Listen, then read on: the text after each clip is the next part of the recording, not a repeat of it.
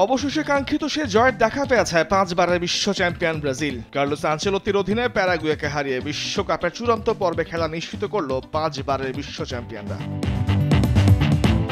1-0 গোলের জয়ে এখন টেবিলের 6 থেকে পয়েন্ট টেবিলের 2-এ উঠে এসেছে সেলেকাওরা। ম্যাচের 44 মিনিটে এগিয়ে যায় ব্রাজিল। রাফিনিয়ার কাছ থেকে পাওয়া বলে বাইলাইন থেকে কাটব্যাক করেন কুইয়া, আর সেই বলে কোনো ভুল করেননি ভিনিসিয়াস জুনিয়র। এদিকে আর্জেন্টিনার জন্য কলম্বিয়ার বিপক্ষে ম্যাচটা ছিল প্রতিশোধের, আর সেই ম্যাচেই চোখ রাঙা ছিল আরো একটি পরাজয়। তবে আলবিসেলেস্তেরা সেই ভয়কে এড়িয়েছে সেই হারকেও। 10 জনের দলটাই শেষ পর্যন্ত ত্রাতা হয়ে আবির্ভাব হয়েছিল থিয়াগো আলমাদার, আর তাতেই 4 ম্যাচ পর জয় বঞ্চিত হলেও হারের লজ্জা এড়িয়েছে বিশ্ব চ্যাম্পিয়নরা।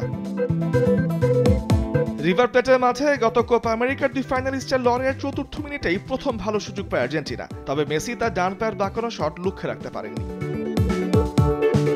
ম্যাচের 22 মিনিটে পাল্টা আক্রমণে কলম্বিয়াকে এগিয়ে দেন দিয়াজ। কেভিন কাস্তানার কাছ থেকে মাঝ মাঠ থেকে বল পেয়ে দারুণ গতিতে জাল খুঁজে নেন লিভারপুলের এই ফরওয়ার্ড। ম্যাচের 30 মিনিটে বল জালে পাঠায় আর্জেন্টিনাও, কিন্তু ফার্নান্দেজ অফসাইডে থাকায় মেলেনি গোল। ম্যাচের 71 মিনিটে বড় ধাক্কা খায় আর্জেন্টিনা। কেভিন কস্তানোকে হেড করতে গিয়ে পা উঁচু করে শট করে বসেন ফার্নান্দেজ, আর এই আর্জেন্টিন মিডফিল্ডারকে লাল কার্ড দেখান রেফারি। 10 জন নিয়ে কলম্বিয়ার রক্ষণে প্রবল চাপ তৈরি করেছিল আর্জেন্টিনা। একের পর এক চেষ্টার ফল মিলে ম্যাচের 80 মিনিটে ডি বক্সের বাইরে বল পেয়ে ডিফেন্ডারদের কাটিয়ে ভেতরে ঢুকে শটে দূরের পোস্ট থেকে জাল খুঁজে নেন আলমাদা। তামিমুর রহমান, স্পোর্টস ডেস্ক, দেশ টিভি।